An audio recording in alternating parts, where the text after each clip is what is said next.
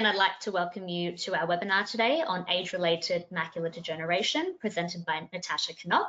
Natasha is an Education and Client Support Officer at the Macular Disease Foundation Australia. She completed a Bachelor in Advanced Science with first-class honours at the University of New South Wales and has years of experience as an optometry practice, as well as volunteering for people with vision loss.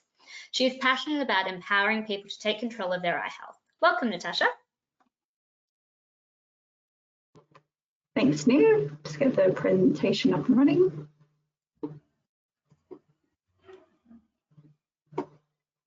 Fabulous. So hi everyone, and thank you for joining us for today's webinar, which is on age-related macular degeneration. As Nita introduced, my name is Natasha and I'm in the education team at Macular Disease Foundation Australia. I would like to acknowledge the traditional owners of country throughout Australia and recognise their continuing connection to land, waters and culture. We pay our respects to the elders past, present and emerging. The information we'll be covering today is very general in nature, and this is a reminder that if you have any specific concerns about your eye health or you would like to incorporate a change to diet or lifestyle, please talk to your optometrist or ophthalmologist for clinical advice. So today's program, firstly, we'll be covering what age-related macular degeneration is. And because it is a bit of a mouthful, from now on, I will be referring to it only as AMD. We'll be covering the different stages of AMD, some of the symptoms and the risk factors, as well as ways to reduce your risk and also reduce risk of progression. And finally, a summary slide for today's webinar. So to give some context, I want to start firstly with the prevalence of AMD in Australia. So we know that over the age of 50, there are 1 in 7 people with some degree of AMD. And AMD is also considered to be the leading cause of legal blindness in Australians. On this slide, I'm showing a pie chart which summarises the main causes of blindness in Australia. The red section represents AMD, which is responsible for 50% of blindness. Other eye conditions you may have heard of, including glaucoma, shown here in white, and cataract in the grey section, make up a smaller portion of blindness. As is common with other eye conditions, early action is critical with AMD. And so through the work of organisations like MDFA, we hope to reduce the impact of macular disease through our pillars of work, including education awareness, to bring down this number. So before we learn what AMD is, first I will start by explaining how vision works by pointing out some of the main structures in the eye. I'll be using the image on the right to start with, and what we're looking at is a cross-section diagram of an eyeball, where the right side of the image is the front of the eye and the left side of the image is the back of the eye.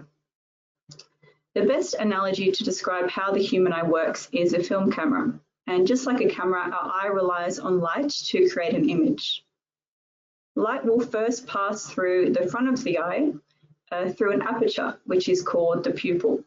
And the pupil is the dark part of the eye you can see when you look at someone's face. Just like an aperture, the pupil will dilate and constrict to control the amount of light that passes.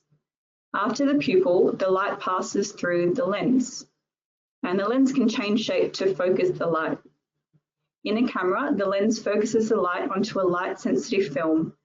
In the eye, we also have a light-sensitive film at the back of the eye, which is called the retina.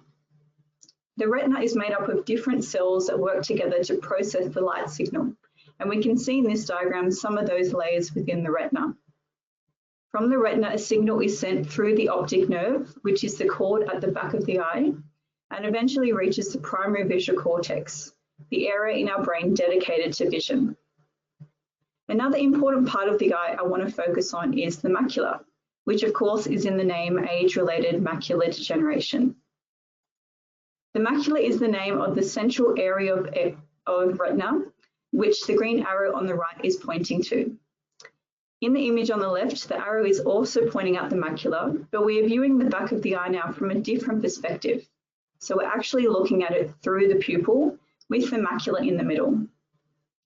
The macula makes up a very small percentage of the entire retina and is only 3 to 5 millimeters in diameter. Despite its small size, about 90% of our primary visual cortex is dedicated to processing light that falls on this part of the eye.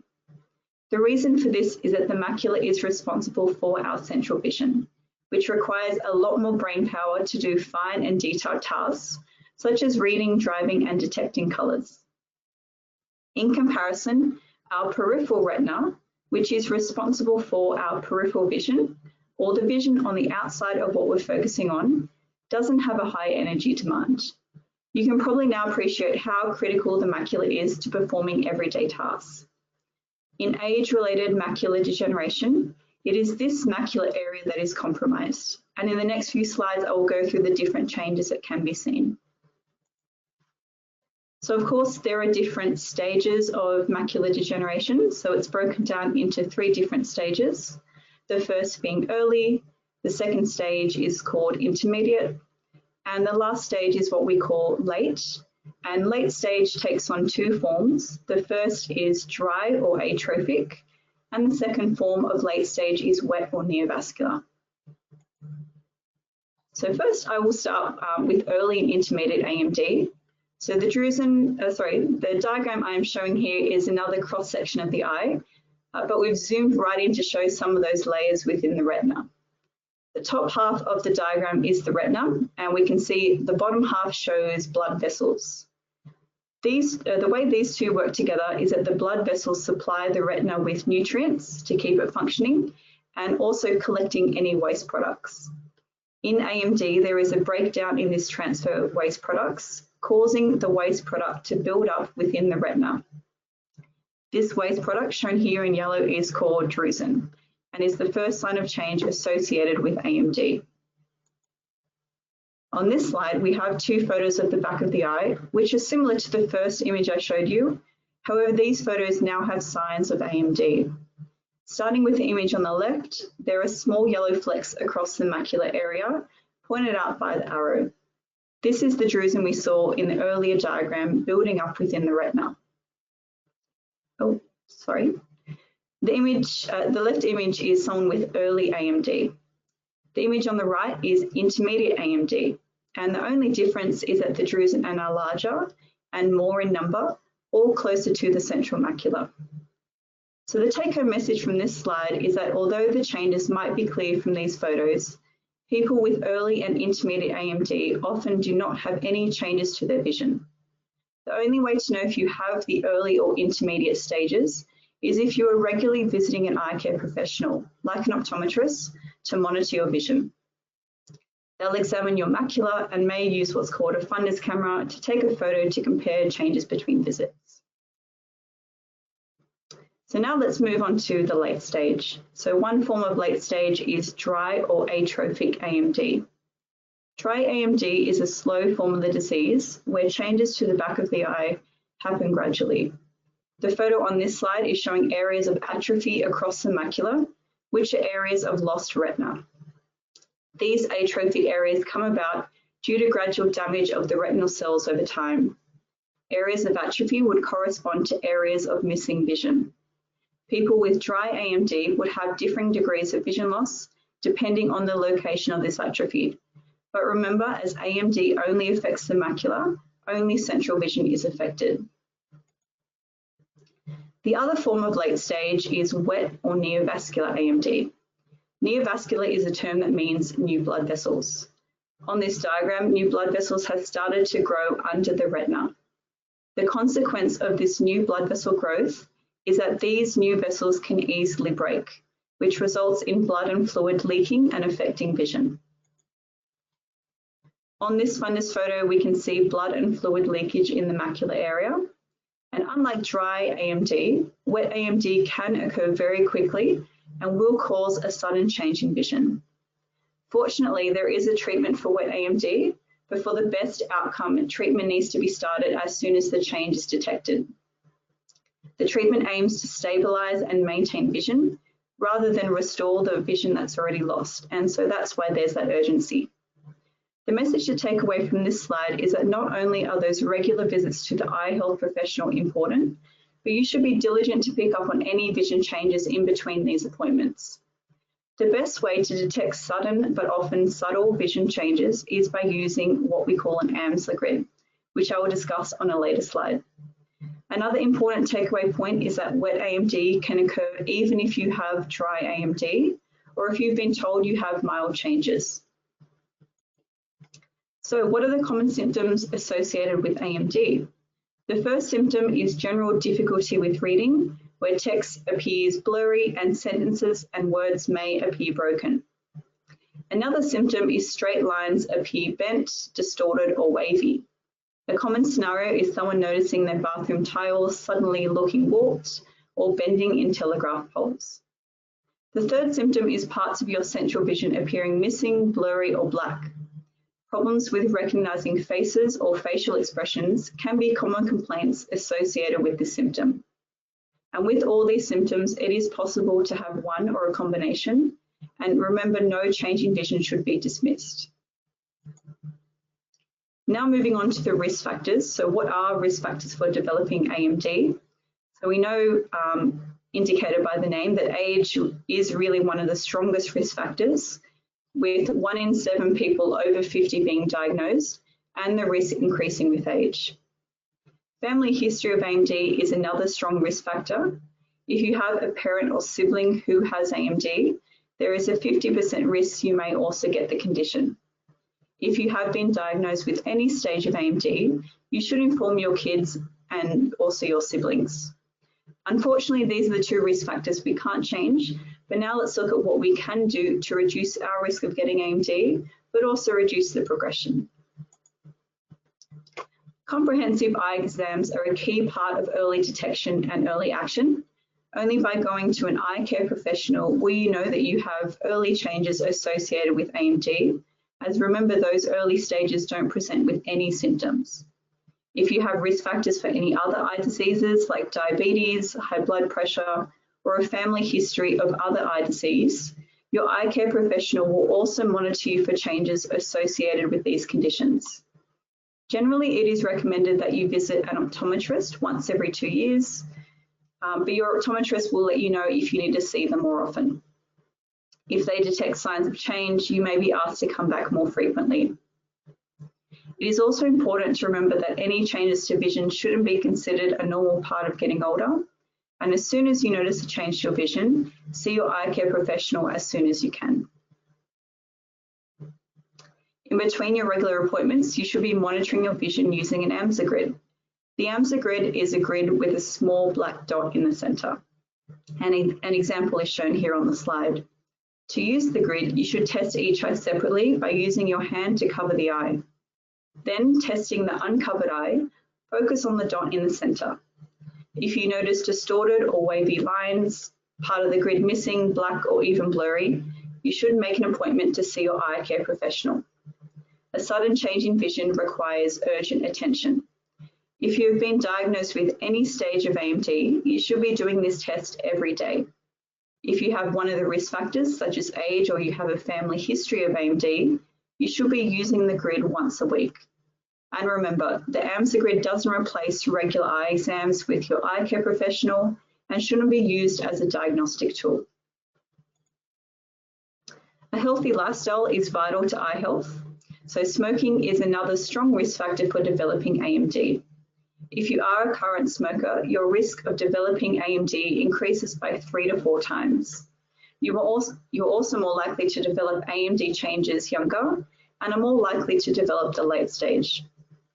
Cigarettes have also been shown to interfere with the effectiveness of wet AMD treatment.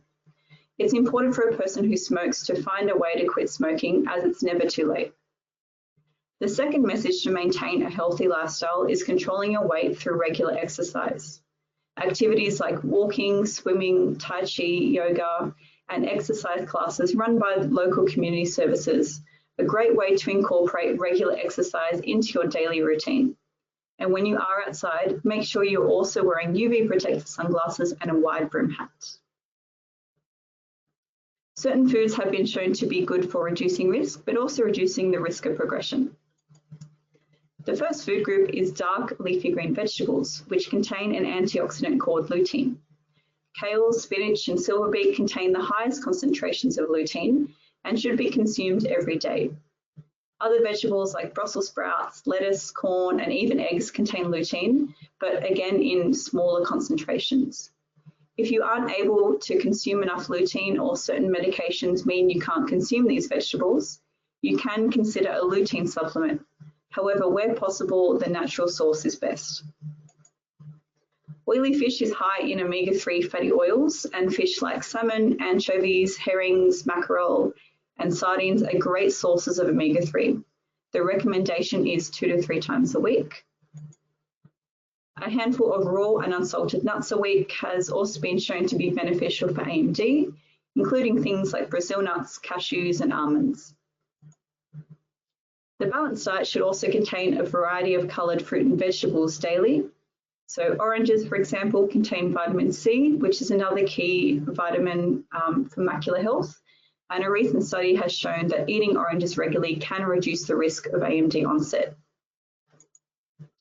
Fatty and oily foods should be minimised in general as a part of the balanced diet, and opting for low GI carbohydrates like whole grain bread, cereals, and porridge are recommended over high GI alternatives such as white bread. Overall, these recommendations are important for people diagnosed with AMD or those in a risk group, but also beneficial for overall health and well-being. There are a group of supplements that follow what's called the AREDS2 formula that are often marketed for people with AMD. The formula on this slide shows the different ingredients and their specific concentrations that are contained in this AREDS2 formula. You may notice that some of the antioxidants in this formula are derived from those naturally found in the recommended foods. So AREDS2 was tested in a study referred to the AREDS2 study, which stands for Age-Related Eye Disease 2. The study found that for people with intermediate AMD in one or both eyes, or for people with late AMD in one eye only, that the risk of progression was reduced by 20 to 25% when taking this formula. It's important to note that the study did not indicate that the formula benefits those with no AMD, people with the early stage, or any other combination. So just another reminder that if you are unsure about whether supplements are suitable for you, or if you are considering changing your diet or need help to quit smoking, it's always important to check in with your GP. Wet or neovascular AMD is the only stage where treatment is available. This treatment is in the form of eye injections. So the class of drugs that are used are called anti-VEGF, which stands for anti-vascular endothelial growth factor. VEGF is an agent that is produced in the eye to promote new blood vessel growth. And so by using an anti-VEGF drug, this halts any new blood vessels from growing into the retina and therefore stopping or slowing damage. Ophthalmologists run eye injection clinics that often involve undergoing a series of scans of the back of the eye, as well as vision tests. The eye is then numbed and cleaned to prevent infection before the injection is given through the white part of the eye. Thankfully, the injection itself only takes a few seconds. The ophthalmologist will normally do the first 3 injections 1 month apart, and after then decide how frequently they are required. For the other stages of AMD, although there is no treatment to halt progression, early action is crucial, and so maintaining a healthy diet and lifestyle can prevent progression.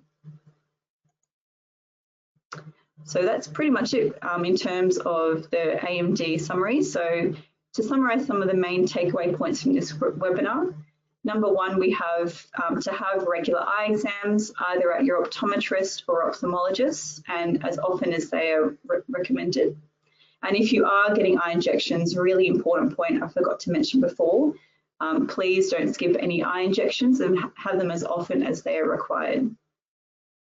Number 2, remember to monitor your vision using an Amsler grid and report any changes in vision to your eye care professional without delay. Number 3, to follow an eye-friendly diet to support your macular health. And number 4, maintain a healthy lifestyle, including regularly exercising and not smoking. So thank you all for your attention. I'll pass back to you now, Niv.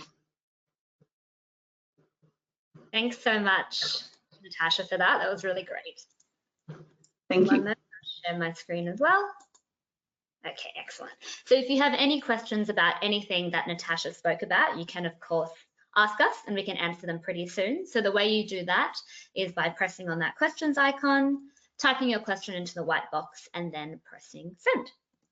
So before we move on to the questions, I'd just like to speak briefly about what we do here at MDFA.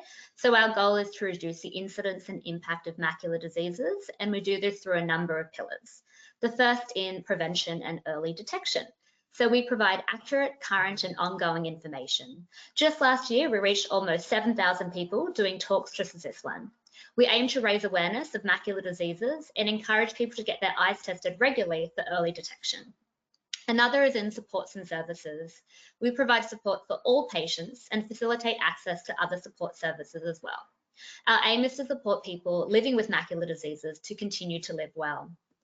We are very proud to be the voice of the macular disease community.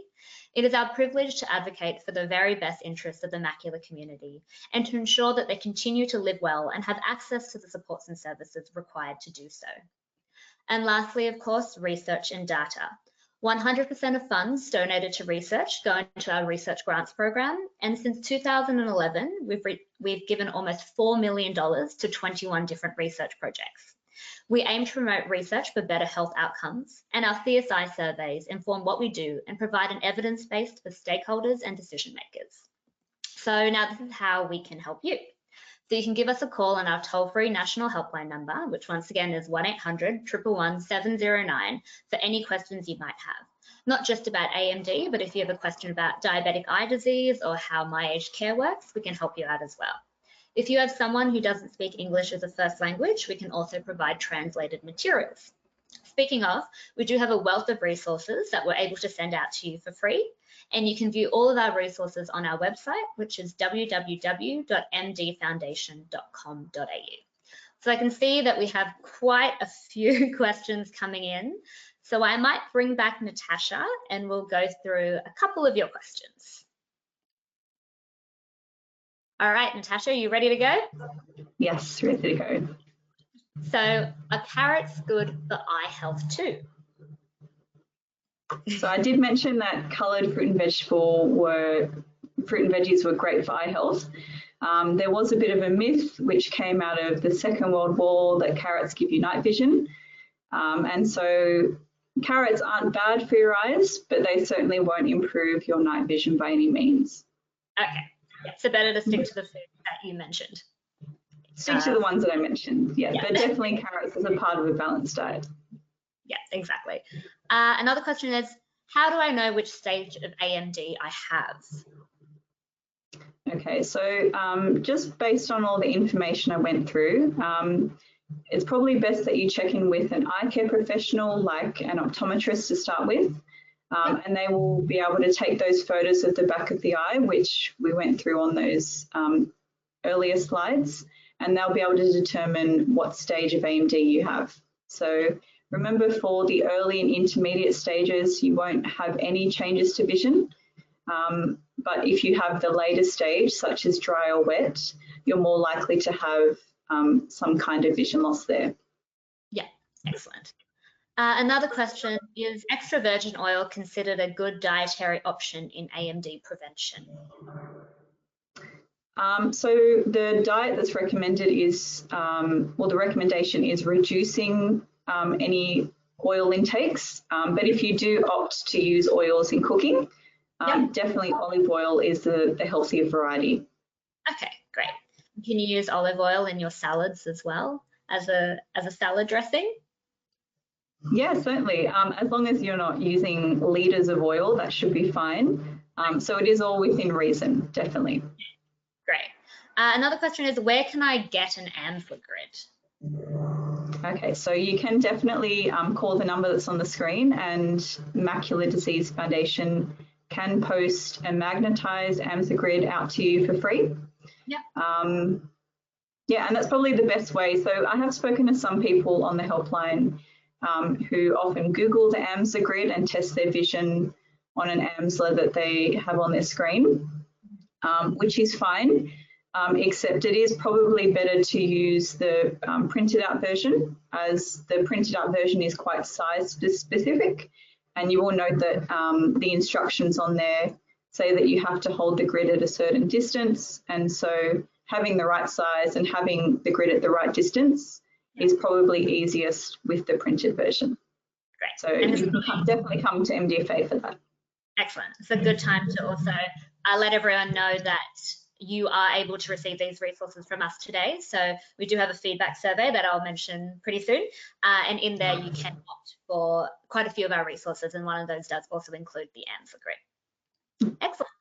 So another question is, can I have dry in one eye and wet in the other eye? Yeah, you can. So you can have any combination of the different stages across both eyes. So some people have wet in one eye only, and so they're only getting injections in the one eye, but they might not necessarily have the same stage in the second eye. So any combination is possible. Sure.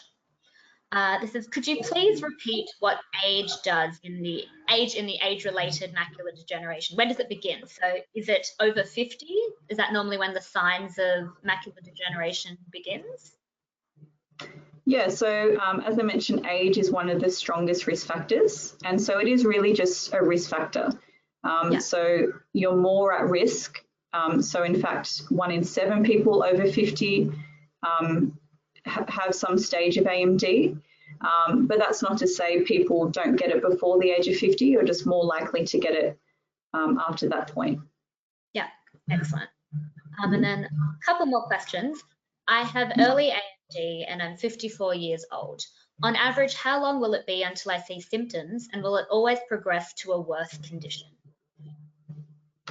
Yeah, so with AMD, unfortunately, there's still no cure.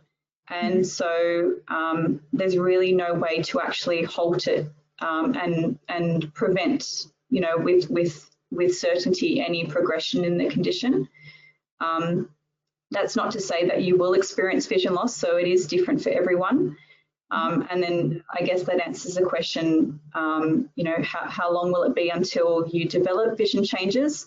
That's really hard to say because it is different for each person. Yeah, great. Another question, how often do I need to see an eye care professional if I have dry macular degeneration? So assuming you have late stage dry, so you have some, you know, vision loss in that case, it is really just a matter of monitoring the vision. Yep. So really as often as is required or is as recommended by your optometrist or your ophthalmologist, depending on what eye care professional you're seeing. Yep. So it may be every 6 months or every 3 months. But really important message there is that it doesn't mean you stop monitoring your vision on the Amsler grid, and that should be happening every day. So just because you've been told you have dry AMD, it doesn't mean that it can't change to wet. So as often as the eye care professional recommends, but also making sure you're doing the test from home as well. Excellent, great. And then one last question for now. I have read about the research on laser treatment for dry AMD. Is this something that we can already access already?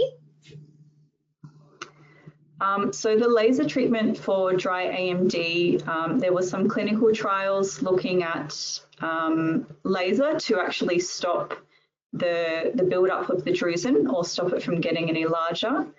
And so at the moment, that's not available as a normal treatment that all ophthalmologists can perform, but they are still performing clinical trials. So you can call the 1-800-111-709 phone number to talk to an educator such as myself or Niv from MDFA, and we can definitely put you in contact with a research group where you can sign up for those clinical trials. Excellent, great. I think that concludes all the questions for now. Thank you so much, Natasha. Thanks, Niv. Thanks for your attention, everyone. Yeah, thank you for asking all those questions as well. They were really great questions, everyone.